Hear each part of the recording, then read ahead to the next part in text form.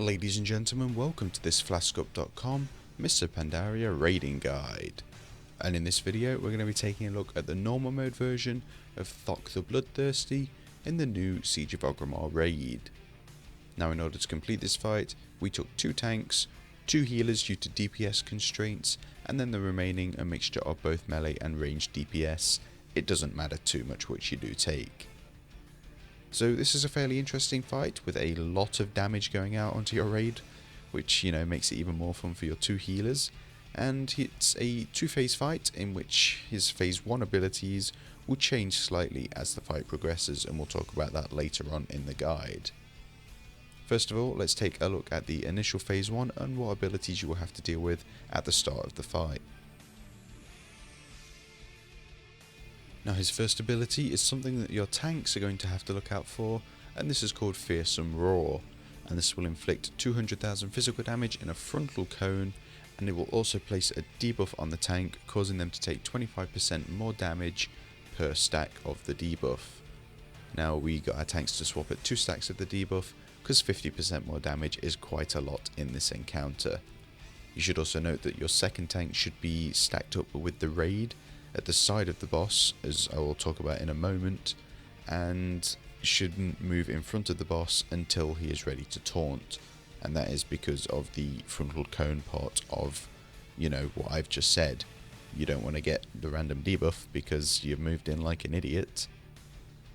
Now his next ability, and this is why you need to be stacked up at the side of him, is called Tail Lash, and it is what it says. It's a ability that will cause him to whip his tail back and forth, and this will inflict a high amount of physical damage to anyone that gets hit by it, and also stun them for 2 seconds.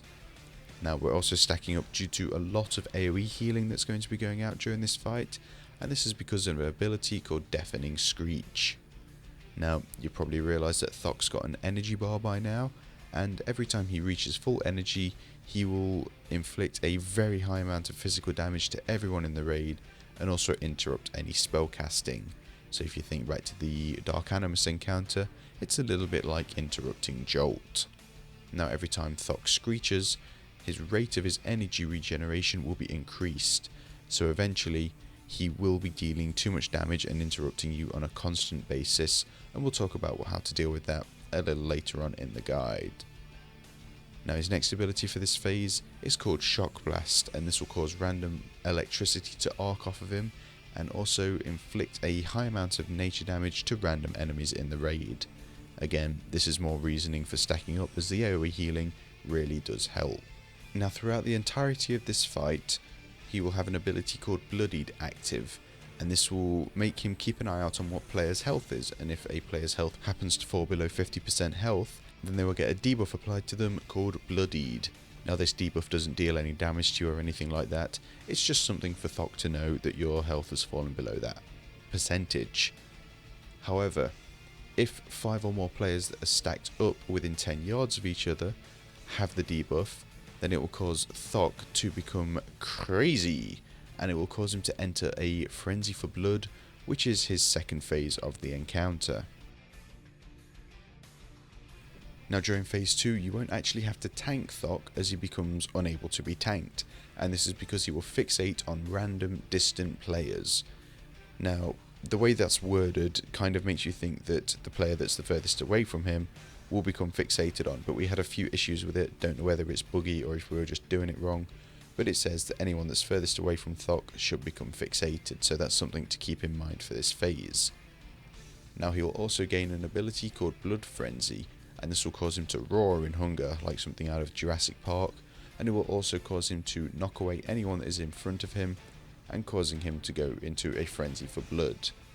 Now if anyone that is caught within Thok's frontal kind of region at all during this phase, he will just eat them straight off and kill them, no questions asked.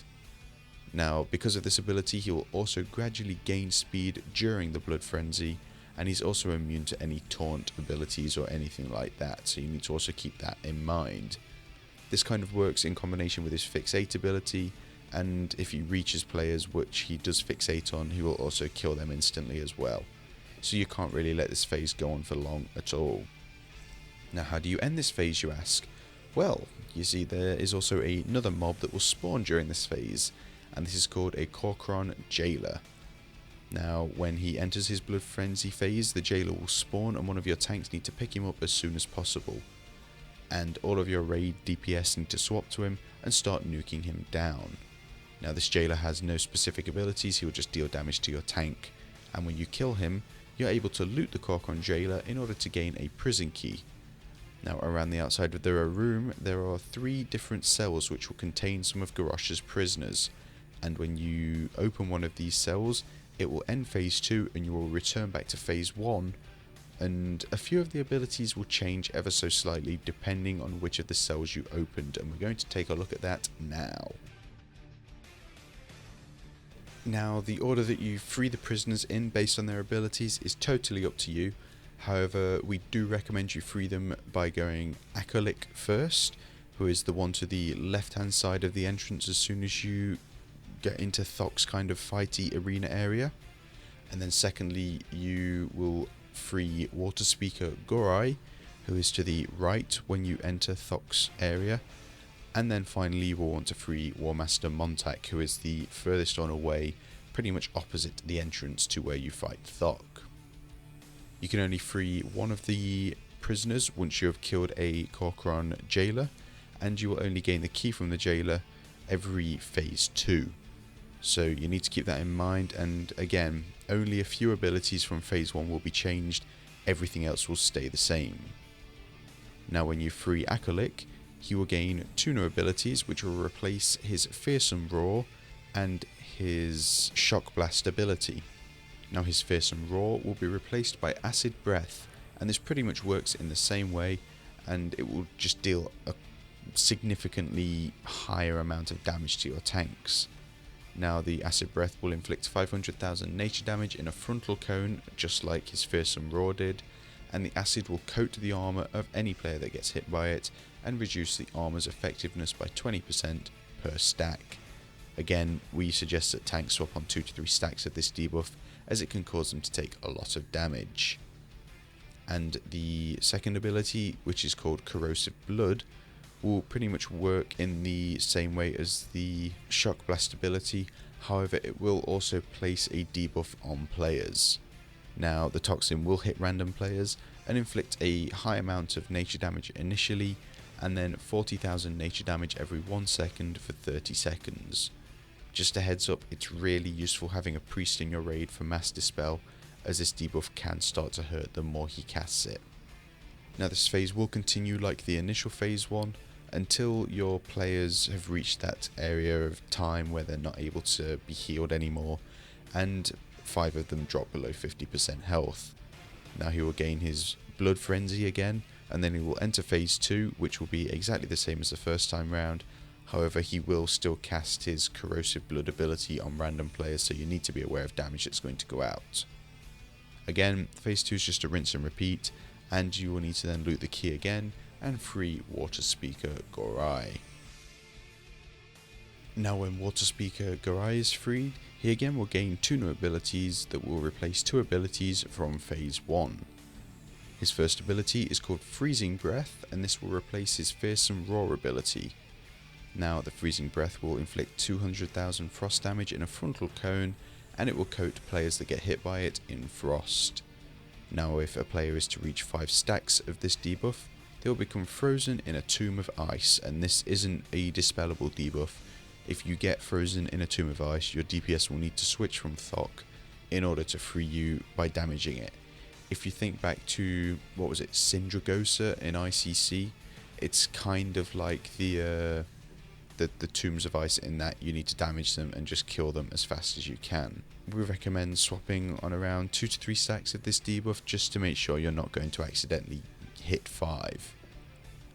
Now his next ability will replace his Shock Blast ability, and it's called Icy Blood. Now this will cause him to freeze and become all blue with anger, and he will spurt random bits of ice from himself to random players within your raid. Now these random bits of ice will inflict 120,000 frost damage, and it will also coat anyone that gets hit by it in ice for 15 seconds. Now this ice will deal 45,000 damage every second, and just like with the freezing breath ability, if you're to reach 5 stacks of this debuff, you'll become frozen in a tomb of ice, and the only way to be freed is for your DPS players to target you and DPS the tomb of ice down. Again, as mentioned before, once 5 players that are stacked up reach 50% or below health, then he will enter phase 2 again, and then you'll need to kill the final jailer in order to then free War Master Montak. Now when War Master Montak gets eaten by Thok, again he will gain 2 new abilities that will replace his old abilities. Now the first one is called Scorching Breath, and this will replace Thok's Fearsome Roar ability. Now it works in pretty much the same way, in the sense that it is a frontal cone, so Thok will need to face away from the raid at all times, and this will inflict 200,000 fire damage in a frontal cone, and it will also sear anyone's flesh that gets hit by it, causing them to take 75,000 fire damage every 2 seconds. Now this debuff can be very damaging, especially during this phase with all of the AoE that does go out, so your tanks are going to want to look to swap it around 2 to 3 stacks of this debuff, maybe a few more if they do have cooldowns. And Montak's second ability will replace his Shock Blast ability, and this is called Burning Blood.